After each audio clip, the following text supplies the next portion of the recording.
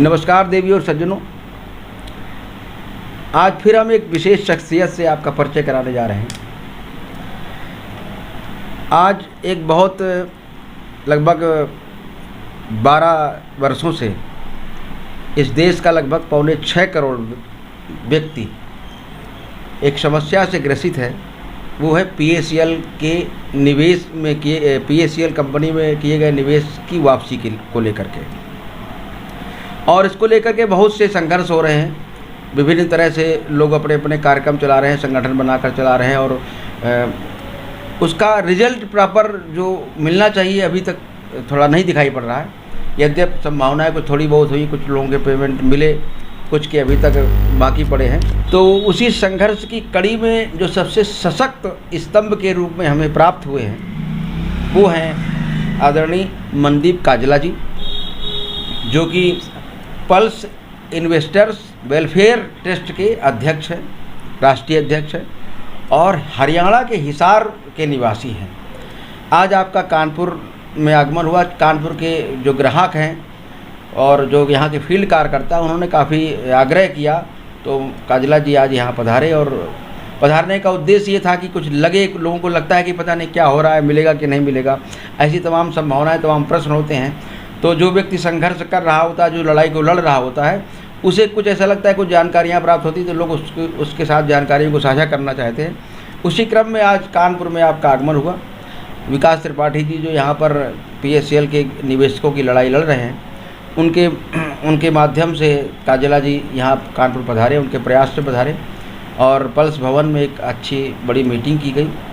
उस मीटिंग की वीडियो भी हम आपको उपलब्ध कराएंगे। और उसके बाद अब व्यक्तिगत रूप से एक चर्चा भी हमें लगा कि होनी चाहिए आपके माध्यम से, ताकि तमाम सारी जो क्वेरीज होती हैं तो उनका निराकरण कई बार बड़े मीटिंग में नहीं हो पाता है, तो वो भी करेंगे। काजला जी, बहुत बहुत स्वागत है आपका हमारे स्टूडियो में। धन्यवाद शुक्ला जी, आपका और आपके न्यूज़ चैनल का और आपके श्रोताओं का जी स्वागत है। आज कानपुर दौरा आपका हुआ जी, और हम समझते हैं बहुत ही सीमित संसाधनों में आपने इस दौरे को संपन्न किया। कोई दिखावा नहीं, कोई उस तरह की चीज़ें नहीं। तो कैसा रहा ये दौरा, कैसा रहा आज का कार्यक्रम, जो मीटिंग किया, लोगों से मुलाकात हुई आपको? बहुत अच्छा लगा शुक्ला जी, आज कानपुर आकर के। सौभाग्य है मेरा जो मुझे कानपुर आना हुआ, कानपुर के लोगों से, ग्राहकों से मिलने का मौका मिला। इसका पूरा श्रेय जाता है विकास त्रिपाठी जी को, जो निरंतर पिछले 10-12 साल से ग्राहकों के साथ कंधे से कंधा मिला करके ग्राहकों की लड़ाई को लड़ रहे हैं। तो इनके विशेष आग्रह पे मैं त्रिपाठी जी के कहने पे ही कानपुर आया हूँ। आज हमारी कानपुर में बहुत अच्छी मीटिंग रही, ग्राहकों को काफ़ी चीज़ें हमारी डिस्कशन हुई जी, और हम एक लीगल कानूनी तरीके से लड़ते हुए हम ग्राहकों का पैसा वापस जो है पल्स ग्रुप का ग्राहकों का पैसा वापस दिलवाएंगे। जैसा कि हमने देखा मीटिंग में, जो कि मैं पूरे समय रहा, तो आपके वक्तव्य के बाद लोगों में एक उत्साह था और एक उम्मीद की किरण थी, जो काफ़ी लोग तो ये मान चुके कि मिलेगा ही नहीं। तमाम ऐसे ग्राहक मिलते बोले हमने तो कागज़ भी कहीं फेंक दिए, पता नहीं मिलेगा कि नहीं मिलेगा। पर उन्हें लगता है कि जब कोई इस तरह की प्रक्रिया चलती तो एक उम्मीद की किरण, और उस उम्मीद की किरण में एक विश्वास का जो स्तंभ बनता है, आज के आपके वक्तव्य से वो मिला। तो इसको अगर हम व्यक्तिगत तौर पे आपसे चर्चा करें तो अभी हम लोगों की लड़ाई की जो गति है वो कितनी तीव्र चल रही है, कैसे चल रही है, थोड़ा ब्रीफली अगर आप समझा सकें। आप ठीक कह रहे हैं शुक्ला जी, ग्राहकों में क्योंकि समय बहुत लंबा हो चुका है, 10-12 साल हो गए हैं लोगों को इंतज़ार करते हुए। तमाम ग्राहक संगठनों के धरने प्रदर्शन में गए, उनके साथ कंधे से कंधा मिला के ग्राहकों ने लड़ाई लड़ी है, और इतना लंबा समय होने के बाद हर आदमी टूट जाता है, मनोबल उनका टूट जाता है, उनको लगने लगता है कि भाई अब यहाँ कुछ नहीं होने वाला।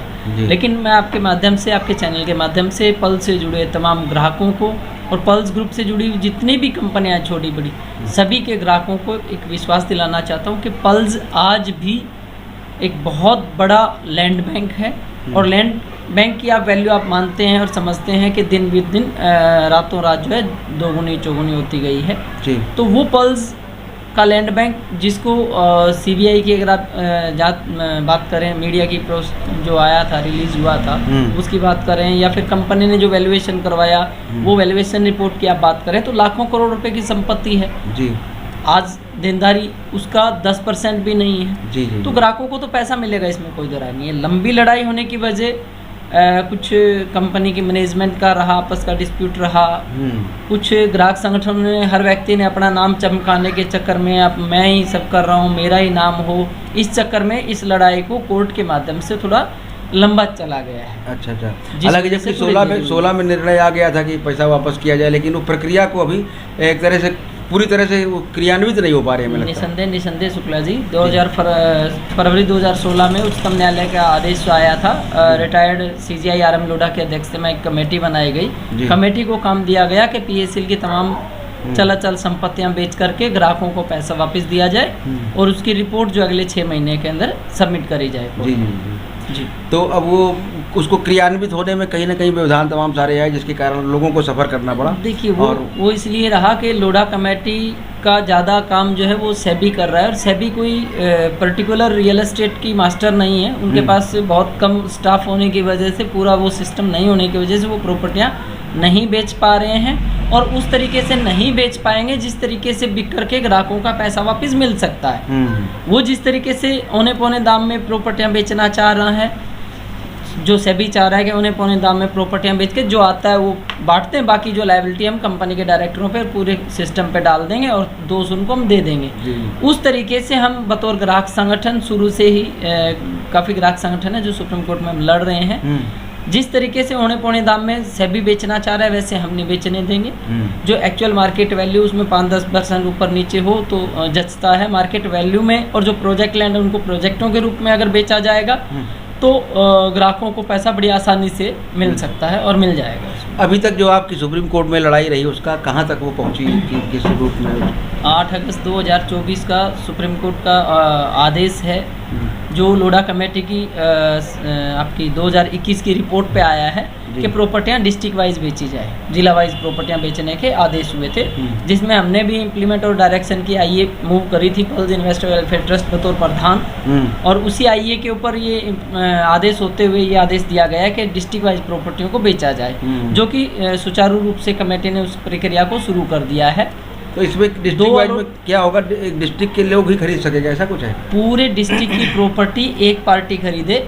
पूरे जिले में जितनी भी संपत्तियां हैं वो एक एजिटीज वेरिटीज खरीदे। हाँ, और कमेटी उसका मिनिमम जो है कलेक्टरेट मिनिमम प्राइस रख रही है, रिजर्व प्राइस रख रही है, उससे ऊपर जो बोली देगा, जो मैक्सिमम प्राइस देगा उसको कमेटी जो है प्रॉपर्टी देगी। अभी तक क्या हो रहा था कि वो अलग अलग एक जिले में कई लोग खरीदते थे तो उसका अलग वैल्यूएशन सही नहीं। 2017 में पहली ऑक्शन कमेटी ने करवाई, सेबी ने करवाई, इंडिविजुअली प्रॉपर्टियों के ऑक्शन करवाई। उसमें क्या हुआ कि 113 प्रॉपर्टियां सेबी ने बेची सिर्फ 83 करोड़ में, 83 करोड़ में, जबकि उनमें से एक प्रॉपर्टी जो जनलोक प्रतिष्ठान ने रिट पिटीशन 640 2016 में ऑब्जेक्शन लिया था कि 113 में से एक प्रॉपर्टी 150 करोड़ की है, जबकि सेबी ने 113 प्रॉपर्टियां सिर्फ 83 करोड़ में बेच दी।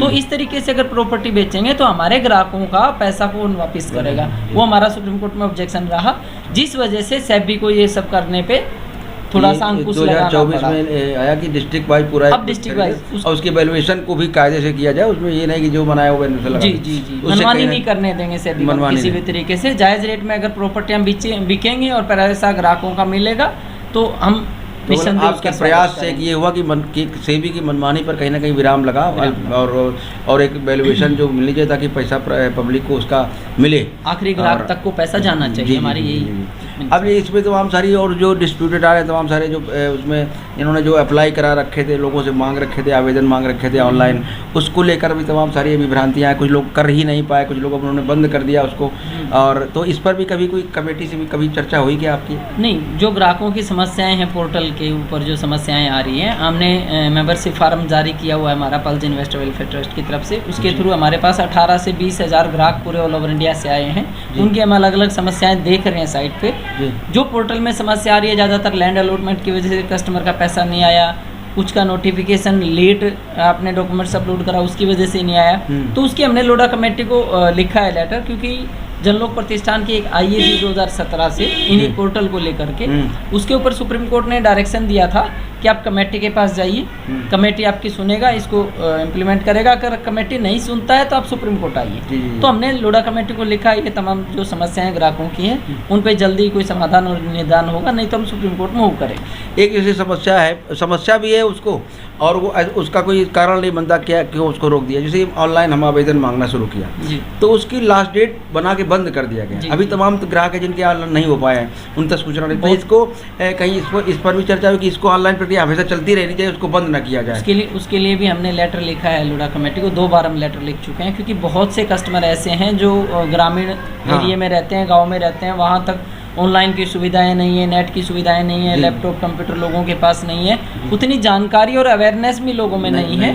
तो बहुत सारे ऐसे कस्टमर हैं जिन्होंने अभी भी ऑनलाइन डॉक्यूमेंट्स अपलोड नहीं कर रहे हैं। तो पोर्टल का निसंदेह पूरा साफ होना चाहिए, पोर्टल पे सारी चीज़ें दिखनी चाहिए, कस्टमर की पूरी डिटेल आनी चाहिए, किस कस्टमर का कितना पैसा आया है, किस कस्टमर को कितना दिया गया है, वो भी पोर्टल पे स्पष्ट होना चाहिए। क्योंकि हो सकता है सेबी या ये जो एजेंसियां काम कर रही हैं इनके पीछे कहीं कोई फ्रॉड पॉलिसियां नहीं अपलोड कर रहे हैं, कहीं फ्रॉड किसी कस्टमर को तो पैसा नहीं दे रहे हैं। एक्चुअल जेन्युइन कस्टमर को पैसा जाना चाहिए और वो पूरा पारदर्शिता शीशे की तरह से पोर्टल पे हमें नहीं लगता कि कोई फ्रॉड कस्टमर इसमें अभी तक प्रकाश में कभी आया अब तक, जो फर्जी दस्तावेज हमें शंका है, हो सकता है क्योंकि जिस हिसाब से हमारे पास डाटा आ रहे हैं कि इन्होंने 1030 करोड़ रुपया बांटा है और सिर्फ 20,000 रुपये तक के ग्राहकों को दिया गया है, जिसमें से लैंड अलॉटमेंट वालों को पैसा नहीं दिया गया, PACL के प्रोडक्ट डाटा के बेस पे जिनको लैंड अलॉटमेंट है उनको भी पैसा नहीं दिया गया, जिन लोगों ने 2019 के जुलाई के बाद अपलोड डॉक्यूमेंट्स किए हैं उनको भी पैसा नहीं दिया गया। तो फिर दिया किसको गया?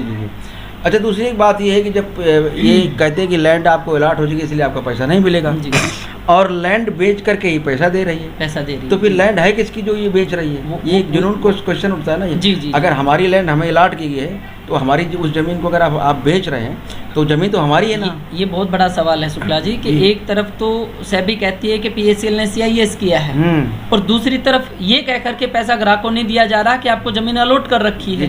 तो इसका मतलब सेबी कहीं ना कहीं गलत है, सेबी कहीं ना कहीं फंस रही है। उसके अलावा ये भी कि जो आप लैंड बेच रहे हो वो भी तो किसी न किसी नाम अलॉट है और वो सेल भी कर रहे हैं, उसको रोज कर रहे हो उसकी आप बेच भी रहे हो और उसको लैंड अलॉटमेंट की वजह से पैसा भी नहीं दे रहे, उसको दे रहे जिसके अलॉटमेंट नहीं है तो वो कहीं ना कहीं। दूसरी तरफ आप देख लीजिए सेक्टर 100, 104 मोहाली के हैं, बठिंडा की टाउनशिप है, आपके यहाँ लखनऊ की भी रॉयल गार्डन टाउनशिप है। इन ग्राहकों को जिन्होंने अपने प्लॉट खरीदे थे, किसी ने 10%, 20%, 50% पैसा भरा हुआ है, उनको लैंड अलॉट कर रखा है, प्लॉट अलॉट कर रखा है कंपनी ने, उनको भी कमेटी जो रजिस्ट्री नहीं करवा पा रही है, उनको भी लैंड नहीं दे पा रही है। जी, वो प्रोजेक्ट अलग लगा, वो भी एक समस्या है, उसमें बहुत ग्राहक उसमें पीड़ित हैं बेचारे, उसको भी हम लेकर के सुप्रीम कोर्ट गए हुए हैं। ग्राहक एक किसान यूनिटी कानपुर में चलती किसान करके एग्रोटेक करके सोसाइटी थी, उसमें भी बहुत लोगों का पैसा इन्वेस्टमेंट हुआ, उसका भी कुछ ऐसा रूपक दिखाई पड़ा, वो भी आप उसमें अटैच किए हैं। देखिए किसान है, PACL PGF के बाद किसान सोसाइटी है, लोटस एग्रीकल्चर सोसाइटी है, नवकेतन है, आपका मैसमेरिक है, मैक हाउस है, काफ़ी सारी छोटी कंपनियां पल्स ग्रुप ने बनाई थी, पल्स के ही जुड़े लोगों ने बनाई थी।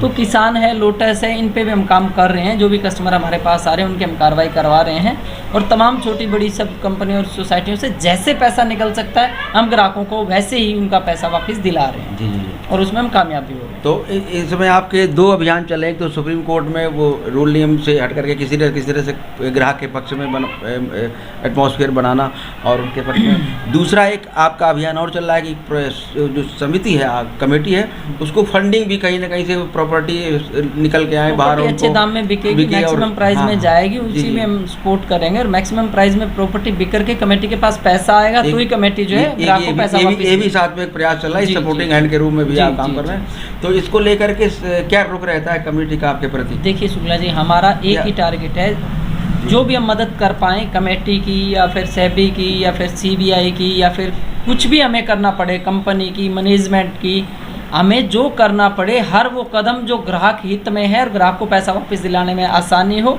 हम वो हर कार्य कर रहे हैं। अच्छा, थोड़ा सा अब चूँकि बात है, एक लड़ाई लड़ रहे हैं तो एक उत्कंठा होती है हर व्यक्ति की, आखिर ये व्यक्ति कौन है।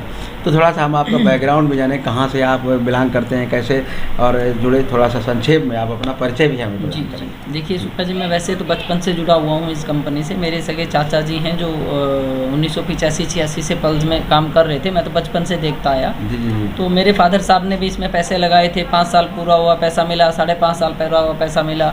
2002 में मैंने भी इसमें अपना पैसा इन्वेस्ट करना शुरू किया। तो उसके बाद धीरे धीरे जब टाइम पूरा हुआ, मेरा पैसा मिला तो मेरा विश्वास बढ़ा, मैंने और साथियों को भी जोड़ा, हमने एज ए फील्ड एसोसिएट भी इसमें काम करना शुरू किया। तो आज की डेट में भी मेरे तकरीबन पीएसएल में 28 से 30 लाख रुपए आज भी मेरे जमा हैं। पीजीएफ में भी मेरे 20,000 रुपये के एफडी आज भी बकाया है। मूल रूप से निवासी कहाँ के हैं? हम बेसिकली, मैं हिसार से हूँ, हिसार हरियाणा से। हिसार के पास एक मेरा गाँव है छोटा सा फरांसी, गाँव से बिलोंग करता हूँ मैं जी। वहाँ से आपने स्टार्ट किया। चाचा जी आपके थे, चाचा जी अभी हैं? हाँ, वो हैं अभी। तो उनका क्या रुख है इस समय पीएसएल को लेकर? वो सब तो जितने भी पीएसएल से जुड़े हुए जो फील्ड एसोसिएट थे, सीनियर थे, जो डायरेक्टर थे छोटी बड़ी कंपनियों में, वो सब अपना जो है सीबीआईडी के डर से अपना रिजाइन दे के पल्ला झाड़ के सब अपने काम लगे हुए हैं, सब साइड है। चाचा भी पूरा पल्स ग्रुप का जो सिस्टम था वो पूरा अपने। इस लड़ाई में चाचा का योगदान कितना है? नहीं, मेरी इस लड़ाई में किसी का कोई योगदान नहीं है। आप अपने बेसिकली अपने हम अपने कॉन्फिडेंस से लड़ रहे हैं? हाँ, मैं मेरे कॉन्फिडेंस से लड़ रहा हूँ, कस्टमरों की दुआओं से और ग्राहकों के आशीर्वाद से ही मैं इस लड़ाई को आगे हम लड़ते रहे। जी। तो भंगू साहब से तो आपके अच्छे अटैचमेंट रहे, तो जब आपने ये एसोसिएशन बनाई होगी तो उस समय उनका रुख क्या था इस एसोसिएशन को लेकर के, इस ट्रस्ट को लेकर के? देखिए, भंगू साहब तो हमेशा कस्टमर हित की बात करते थे। उन्होंने हमेशा कहा कि हम बहुत जल्दी चीज़ें ठीक हो जाएंगे, हम ग्राहकों का पैसा देने में सक्षम है, बड़ी आसानी से हम पैसा दे देंगे, हमारे पास इतना ज़्यादा मात्रा में है प्रॉपर्टी, एसेट और धन कि हम बड़ी आसानी से पैसा दे पाएंगे। हमेशा रहता था। देखिए, इस पूरे पल्स ग्रुप के पूरे प्रकरण में सबसे ज़्यादा अगर विश्वसनीय कोई व्यक्ति थे तो वो सरदेव भंगू साहब थे। उन्हीं के बेस पे 6 करोड़ लोगों ने पैसा लगाया था इस कंपनी में। उन्हीं के फेस वैल्यू पे 70-80 लाख जो फील्ड एसोसिएट जो एजेंट काम करते थे वो काम करते थे। उन्हीं के फेस वैल्यू पे ही मतलब 50,000 करोड़ का इतना बड़ा अंपायर खड़ा हुआ था, उन्हीं के नाम पे सब हुआ था। आप उनके परिवार का रुख क्या है अभी? परिवार अभी पीछे, सरदेव भंगू साहब हमारे बीच में नहीं रहे, पूरा देश जानता है। जी जी जी।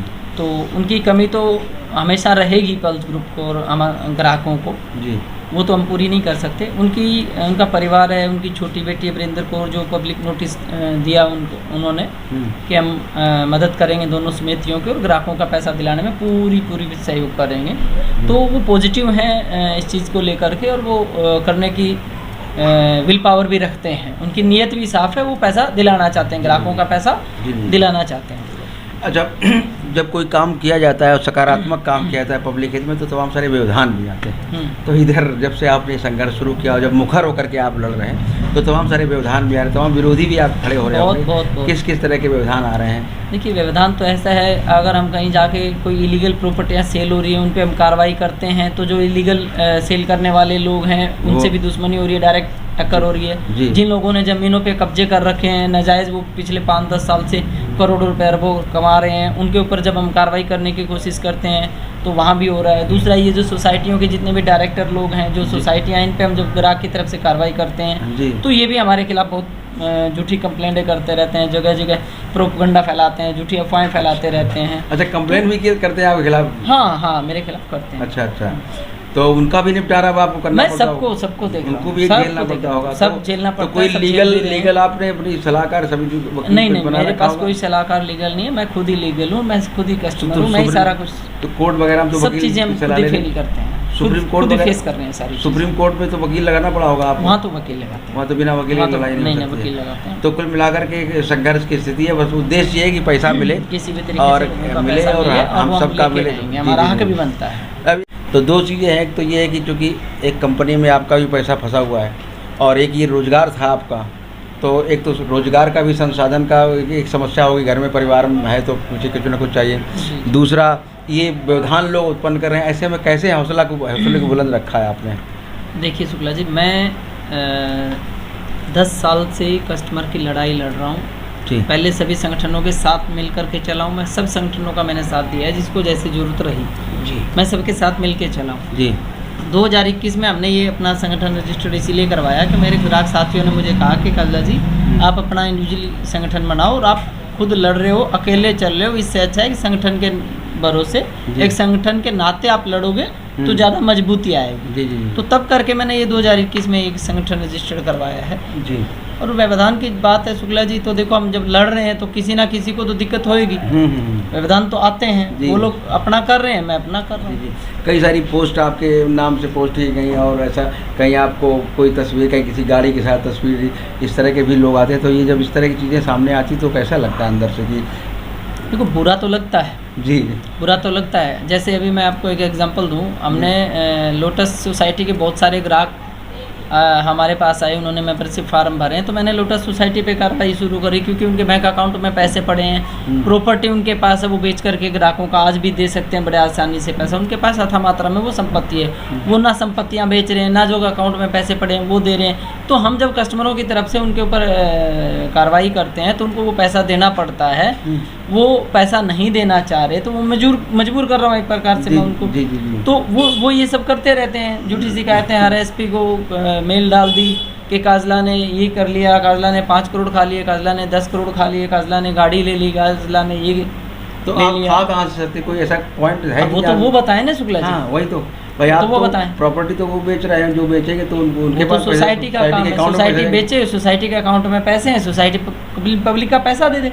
10-12 साल से लोग सफ़र कर रहे हैं, और वो लोग शुक्ला जी जिन्होंने 100 रुपये महीने का डिपॉजिट किया है, 200 रुपये महीने का, 500 रुपये 6 महीने से, मतलब 2, 5, 10, 20 हज़ार रुपये डिपॉजिट करने वाला छोटा इन्वेस्टर है, छोटा गरीब तबका है। और उनके लिए, बेचारों के लिए वो 5-10 हज़ार रुपये भी बहुत मायने रखता है। जब उनका पैसा वापस मिलता है तो वो इतनी दुआएं और इतने आशीर्वाद देते हैं ना लोग, वो दुआएं बहुत अच्छी लगती हैं। और उन्हीं दुआओं के लिए मैं किसी से भी लड़ने और झगड़ने को और सब कार्रवाई करने को तैयार हूँ। जैसे उधर लोटस है, इधर कानपुर में किसान एग्रोटेक करके सोसाइटी है, तो इसको लेकर के हम लोगों का क्या मार्गदर्शन करेंगे? अब ये लड़ाई इसके लिए कैसे किसान सोसाइटी के लिए भी मैंने बहुत सारे साथियों की मेरे से बात होती है, तो मैं उनको यही कहता हूँ कि भैया जब लोटस सोसाइटी के अकाउंट में पैसे हैं, उनके अकाउंट ऑपरेटिव है, तो किसान सोसाइटी के भी अकाउंट ऑपरेटिव हैं, मैनेजमेंट हैं, डायरेक्टर हैं, CEO है, वो बने बैठे हैं। वो सारी ज़मीनों से ठेका खा रहे हैं, अपनी ज़मीनों के साथ साथ PACL और PGF की ज़मीनों पे भी कब्जा करे बैठे हैं। सैकड़ों एकड़ ज़मीनों से वो फसलें ले रहे हैं, करोड़ों रुपए उनके पास आ रहे हैं, तो वो ग्राहकों का पैसा क्यों नहीं दे रहे?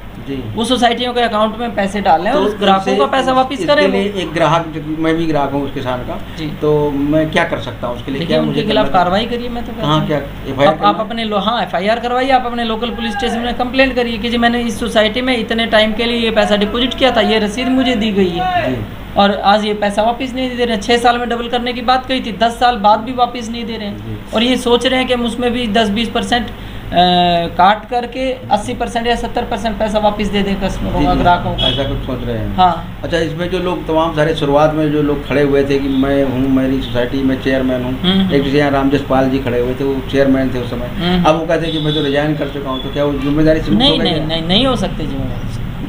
वो तो सोसाइटी में CEO डायरेक्टर हैं, चेयरमैन हैं, रहते हुए भी जिम्मेवारी से पल्ला झाड़ रहे हैं। मैं किसी सोसाइटी में, किसी कंपनी में कुछ ना होते हुए भी हम जिम्मेवारी ले रहे हैं ग्राहकों की कि आपके पैसे के लिए लड़ेंगे, फंड भी मैनेज करके देंगे और ग्राहकों को पैसा वापस भी हम करवाएंगे। अच्छा, एक जिम्मेवारियों से भागना नहीं चाहिए। VTLC का कार्यक्रम चला था, VTLC का जी, उसमें लोगों से इन्वेस्टमेंट तो नहीं उसको कह सकते, लेकिन वो हाइक करके प्रोडक्ट मार्केटिंग एक प्रकार से था, कार्ड सिस्टम पर लोग उसको ये मानते हैं कि हमने 15,000 कार्ड खरीदा पर उसका रिटर्न नहीं मिला। जी। तो 10,000 कार्ड खरीदा, उसका रिटर्न नहीं मिला जी। और हमारे अपनी जब पहले जिस दिन कार्ड का था तो हमारी अपनी इटावा ब्रांच उस दिन नंबर 1 थी कार्ड के बीच ना, और हमारी यूनिट के ही नंबर 1 थी पूरे इंडिया में। तो एक बड़ी अच्छी सेलिंग हुई थी, 15,000, 20,000, 15,000, 10,000 कार्ड। तो उसका भी कुछ ऐसे लोग अब निकलने की देखिए, VTLC एक प्रोडक्ट मार्केटिंग कंपनी बनाई थी PACL ने, कि जब PACL के प्लान ये IPP CDPP सब CIS हो रहे थे, तो एक नया प्लेटफॉर्म देना था लोगों को जी। उस प्लेटफॉर्म के लिए VTLC मार्केटिंग एक प्रोडक्ट मार्केटिंग कंपनी बनाई थी, और कार्ड का सिस्टम ये था कि हम आपको 5,000 में ये कार्ड देंगे, 10,000 में ये कार्ड देंगे, और 15,000 का सामान खरीदने पे कुछ और कार्ड दिया गया था जी उसमें। जी जी तो वो सामान खरीदने पे कार्ड दिए गए थे और उन कार्डों पे परचेजिंग करने पे उनको डिडक्शन पॉइंट और वो सब चीज़ें मिलनी थी। जी। अगर वो प्रोडक्ट मार्केटिंग कंपनी चलती, उसमें प्रोडक्ट सेल होते कंटिन्यू अगर चलती चीज़ें, जी तो उन ग्राहकों को दिक्कत नहीं होती, वो उसको इन्वेस्टमेंट नहीं समझते। लेकिन उसको प्रारूप इन्वेस्टमेंट कर ले लिया है ग्राहकों ने। नहीं, ग्राहकों ने लिया, सेम है, पीएसएल में अटैच कर दिया गया उसमें। मैं उस मीटिंग में था, ज्योति नारायण जी और हमारे डॉक्टर ब्रजेश सिंह ने मीटिंग का वहाँ ताज होटल में की थी, और वो आखिरी तक एक फार्मूला समझाने की कोशिश कर रहे थे कि आप 15 का 20 करते हैं, 15 का 30 करते हैं, 5 का 10 करते हैं, यही तो बोले करते चले आ रहे हो पीएसएल में। यहाँ भी उन्होंने बताया कि 5 का 10 होगा, हम 5 का ये देंगे, उसके बाद इतने का ये देंगे, तो कुल मिलाकर उसको 5,000 का कूपन मिलेगा, तो 10,000 उसका 10,000 तक का वो सेल करेगा, ऐसा उन्होंने प्लान। तो वो फाइनली बार बार यही ये लाइन कई बार ज्योति नारायण जी ने दोहराई, 5 का 10 नहीं, 5 का 10 तब होगा जब वो कस्टमर कंटिन्यू प्रोडक्ट खरीदता रहता है। प्रोडक्ट खरीदता तो उसको छूट के रूप में वो 10,000 जी जी, तो वो प्रोडक्ट खरीदता तब रहता जब प्रोडक्ट बिकते रहते, प्रोडक्ट यहाँ हाँ वो बंद हो जाने से तो वो सारी चीजें एकदम ब्लॉक जैसी हो गई। पूरा पल्स ग्रुप का ही सिस्टम था, तो वो भी बंद हो गया जी। आपको भी पता है जब पीएसएल तो उसमें भी कुछ संभावना है, सब हुआ तो नहीं, वो सब विटेंसी को भी हमने अटैच करवा दिया था उसमें। मैं 2018 में जब विटलसी के किसी डायरेक्टर ने कर्जत की हमारी ज़मीन बेची थी, सोनू निगम जी जो एक सिंगर हैं, गायकार हैं शायद, उनको 48 एकड़ ज़मीन बेची थी योगेश जैन ने, विटलसी के डायरेक्टर ने।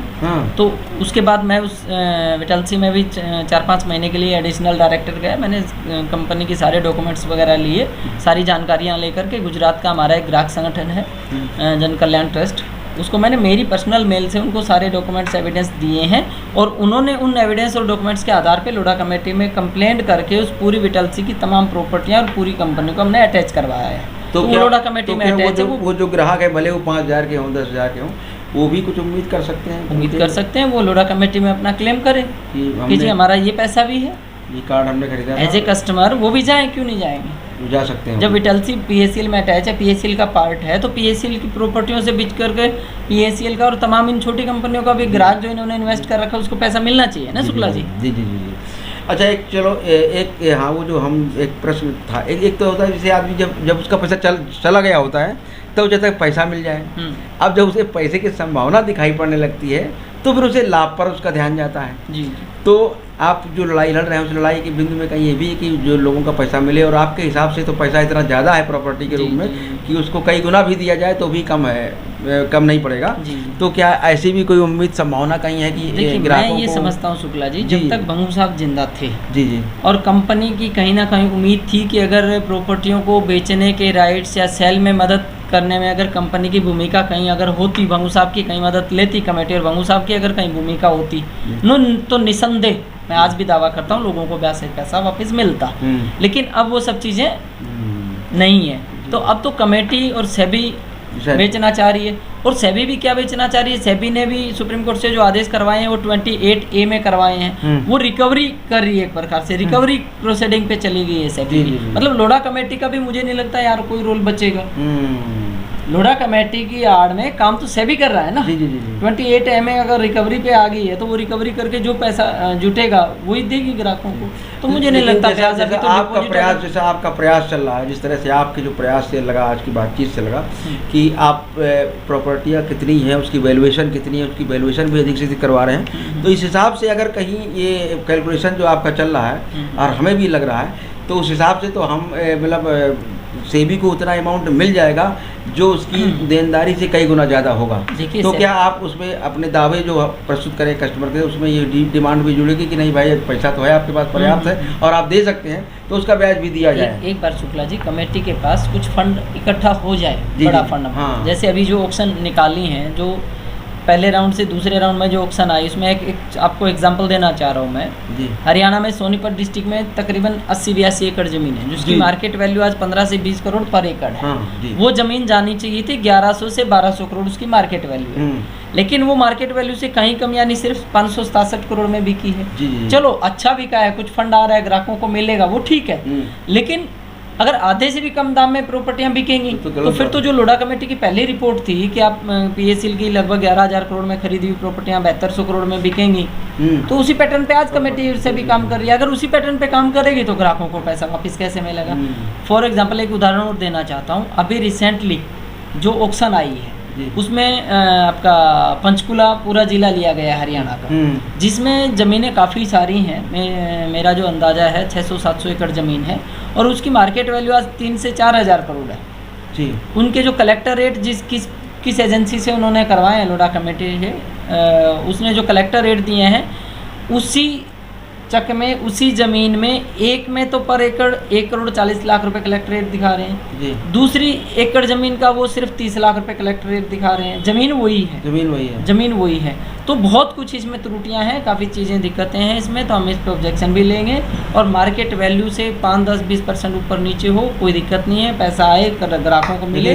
लेकिन अगर आप आधे से भी कम में बेचोगे और कलेक्टर रेट पे बेचोगे तो ग्राहकों को पैसा वापस कैसे मिलेगा? हमारे लास्ट ग्राहक तक का पैसा मिले ये हम सुनिश्चित करना चाहते हैं। बीइंग जर्नलिस्ट, बीइंग पत्रकार, हम ये कह सकते हैं और हम कहना भी चाहते हैं कि कहीं ना कहीं क्या ये जानबूझ कर ऐसा हो रहा है कि हम जानबूझ करके किसी निश्चित पार्टी को किसी निश्चित कम पैसे में प्रॉपर्टी को बिकवा कर कुछ ऐसा भी कुछ होने की संभावनाएं तो खैर कम है शुक्ला जी। लेकिन ये है कि सेबी का ये काम नहीं है पर्टिकुलर, उनके पास एक्सपीरियंस नहीं है इस बात का, अनुभवहीनता का, उनके पास सिस्टम नहीं है, ये सोची सकती उनके पास इतना सिस्टम नहीं, वो नहीं बेच पा रहे हैं प्रॉपर्टियों को, नहीं बेच पाएंगे मुझे जहाँ तक लगता है। उनको कंपनी की मैनेजमेंट की या फिर कंपनी से जुड़े हुए किन्हीं लोगों की मदद लेकर के ही इन चीज़ों को आगे किया जा सकता है। तो ऐसा कोई प्रस्ताव दिया गया है कि आपकी तरफ से? देखिए अभी तक तो नहीं। PACL मैनेजमेंट जब भंगू साहब थे तब 2017-18 में आपने देखा होगा PACL ने प्रपोजल दिए 15,000 का, 18 का, 20 का, 23 का, 28 का, तो तब ये संभावनाएं थी। तो अभी देखते हैं अगर अभी जो आपकी आधारशिला, जो आपकी प्लानिंग है, जो आपका कैलकुलेशन है, उस कैलकुलेशन के बेस पर तो कहीं ना कहीं संभावना है कि आप देखिए संभावनाएं बहुत हैं। मैं तो एक चीज़ समझता हूँ, अगर जैसे भंगू साहब थे तो आज उनकी बेटी है, छोटी बेटी वीरेंद्र कौर जी मोनू जी, जिन्होंने पीछे पब्लिक नोटिस भी दिया था। अगर वो फ्रंट में आकर के पूरी कंपनी की कहीं ना कहीं बागडोर संभालने की कोशिश करें, फ्रंट में आकर के वो ग्राहकों की मदद करें, तो हम सभी ग्राहक संगठन उनका तहे दिल से स्वागत करेंगे और हम पूरा तन मन धन से उनका साथ देंगे हमारे ग्राहकों का पैसा दिलाने में जो हमारी मदद करे। नहीं, लेकिन जो आपका अपना जो प्रयास है, जो उससे हट करके, हालांकि उनके सहयोग में ही है आपका, आप उनके सहयोग में ही खड़े होना चाहते हैं, लेकिन फिर भी जो आपके प्रयास, आपके कैलकुलेशन है, उस कैलकुलेशन को एक नागरिक होने के नाते, एक जिम्मेदार व्यक्ति होने के नाते और एक इतनी बड़ी संस्था का प्रधान होने के नाते कहीं ना कहीं सेबी को उस पर गौर करना चाहिए और आपकी मदद लेनी चाहिए। और मुझे लगता है कि मदद से फायदा ही होगा, समाज का फायदा लोगों को होगा, और वो मदद वो तभी ले सकते हैं। मैं कह सकता हूँ आपके माध्यम से सेबी के अधिकारियों से भी कि यदि आपकी वास्तव में नीयत सही है, सेबी के अधिकारियों की नीयत सही है, आप किसी साजिश के तहत औने पौने प्रॉपर्टी नहीं बेच रहे हैं, तो फिर आपको, आपकी नीयत साफ है, आपकी नीयत सही है, तो फिर आपको उस फार्मूले पर ही काम करना चाहिए जो फार्मूला हमारे काजला जी ने बताया है। ये एक एसोसिएशन को एक प्रधान है, इनके साथ में एक बड़ी लाबी है, आज लगभग 1 करोड़ 5 करोड़ जो भी कस्टमर है सब आपके साथ धीरे धीरे जुड़ रहा है। तो उसके बिहाफ पर जनहित में इस प्लान को मानते हुए, इनके कैलकुलेशन को मानते हुए, उस कैलकुलेशन के बिहाफ पर ही सेबी को निर्णय लेना चाहिए कि प्रॉपर्टी कैसे बिकेगी, कहाँ बिकेगी। और इन्हें रुचि भी है बिकवाने में, तो ऐसा ही नहीं कि ये कोई उसका इनकी जेब में जा रहा है या कहीं जा रहा है, आपके पास फंड पहुँचेगा, आप ही उसका पेमेंट करेंगे, मदद उस पर ज़रूर की जा सकती है, तो वो मदद लेनी चाहिए। अगर आपकी नीयत साफ नहीं है तो बीइंग पत्रकार मैं कह सकता हूँ कि फिर इसके लिए फिर दूसरे तमाम रास्ते अपनाने पड़ेंगे समाज को, लोगों को और जनता को। बहुत बहुत धन्यवाद आपका हमारे साथ बात करने के लिए, जुड़ने के लिए, बहुत बहुत काजला जी। और आपका संघर्ष निरंतर रहे। एक कस्टमर की हैसियत से हम आपके साथ हैं, एक जर्नलिस्ट की हैसियत से भी हम आपके साथ हैं। आपकी आवाज़ को, आपकी बात को हम निरंतर जनता तक पहुंचाएंगे और जनता की आवाज़ को आप तक भी पहुंचाएंगे ताकि कम्युनिकेशन बना रहे। और लोग जैसी हमको उम्मीद थी और जैसे उन पर विश्वास था हमको, आज वैसे ही विश्वास हमारे मंत्री काजला जी पर हम लोगों को रहा। जो मीटिंग समाप्ति के बाद लोगों के शब्द रहे आपके प्रति, वो कहीं ना कहीं महसूस हो रहा है कि हम सबका भुगतान मिलेगा। साथियों, मैं कानपुर की तरफ से, क्योंकि मैं भी पीड़ित हूँ, क्योंकि मैं निवेशक हूँ सर्वप्रथम। उसके बाद में हमारे पिताजी कार्यकर्ता थे, जो कि निरंतर इस कंपनी को लगभग 25 वर्ष दिए।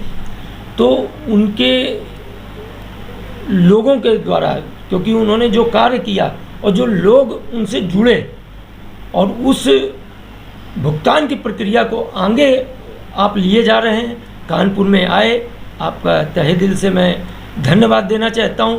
और जो भी निवेशक हैं हमारे और इस संघर्ष को या संघर्ष पर विश्वास करते हैं, उन सभी लोगों का मैं धन्यवाद देता हूं। जो लोग चल के आए दूर दराज के, यहाँ तक तो बिहार से भी हमारे एक मिश्रा जी आए, तो सभी लोगों का धन्यवाद देता हूं। और कल लखनऊ में भी कार्यक्रम है, हमारे राम सागर शुक्ला जी कर रहे हैं मीटिंग अरेंजमेंट, तो कल लखनऊ में भी कार्यक्रम है। तो मैं मनदीप काजला जी का ये तमाम जो मैसेज तुम्हें मिल रहे हैं तमाम लोगों के, देखिए ऐसा होता है, उनको क्या जवाब? बिल्कुल बिल्कुल आपकी बात सत्य है। जब जैसे परिवार में या मित्र कोई गाड़ी लेता है तो कहीं ना कहीं खुशी के मारे गाड़ी के साथ में फ़ोटो ले ली जाती है कि मेरे मित्र के यहाँ आगमन हुई ये गाड़ी, क्योंकि वो तो लिखा नहीं गया, फ़ोटो डाल दी गई है ना। तो कहीं ना कहीं काजला जी के ऊपर उंगली उठना, भाई देखिए जो बढ़ेगा तो वो ठोकर खाएगा। और कहीं ना कहीं अब क्या सच्चाई है आगे है भाई, कानून है, अगर गलत है तो कानून की प्रक्रिया, जैसा इन्होंने सुबेरे हमको बताया कि 3 दिन ईडी ने बुलाया, क्योंकि इस समय ईडी तो जिसको बुला देता है उसके बाद में छोड़ना मुश्किल होता है, तो इनको तो 3 दिन ईडी ने बुलाया, इनका लैपटॉप जैसा मोबाइल सब कुछ है। और फिर अगर इतनी बड़ी प्रक्रिया चल रही है और ये 1-2 साल से नहीं, लगभग 10 साल से ये प्रक्रिया में लगे हुए हैं, तो अभी तक तो इनको जेल के अंदर होना चाहिए। मतलब जहाँ तक ये कानून की प्रक्रिया हमको पता है तो अभी तक इनको जेल के अंदर होना चाहिए, पर आज ये बाहर हैं और घूम रहे हैं, हर जगह जा रहे हैं। तो हमको तो यही लग रहा है कि जो भी खबरें हैं वो कहीं ना कहीं सरासर बनाई हुई हैं और एडिट की गई हुई हैं फ़ोटोएँ। तो बाकी जो भी है कानून है, जैसा भी है, बाकी ये संघर्ष कर रहे हैं भुगतान के लिए, हम पीड़ित हैं, हम अपने पैसे की मांग के और मदद करेंगे इनकी। ये तो संघर्ष कोई भी कर सकता है, बहुत संघर्ष आए, बहुत संगठन आए, हर संगठन के साथ में हम जुड़े, क्योंकि हम पीड़ित हैं। भाई देखिए मुझको बुखार आया तो मैं मोहल्ले के डॉक्टर के पास भी गया, प्राइवेट डॉक्टर के पास भी गया, हैलट भी गया, दिल्ली भी गया, पर जब कहीं से आराम नहीं मिल रहा है तो कहीं ना कहीं हम डॉक्टर तो बदलेंगे, दवाई तो बदलेंगे ना, कि एक ही दवाई खाते रहें। तो वही हाल है हमारा, हम पीड़ित हैं। आज इन पर एक उम्मीद की किरण जगी है पूरी, तो कहीं ना कहीं हम लोगों को आशा है, उम्मीद है। धन्यवाद।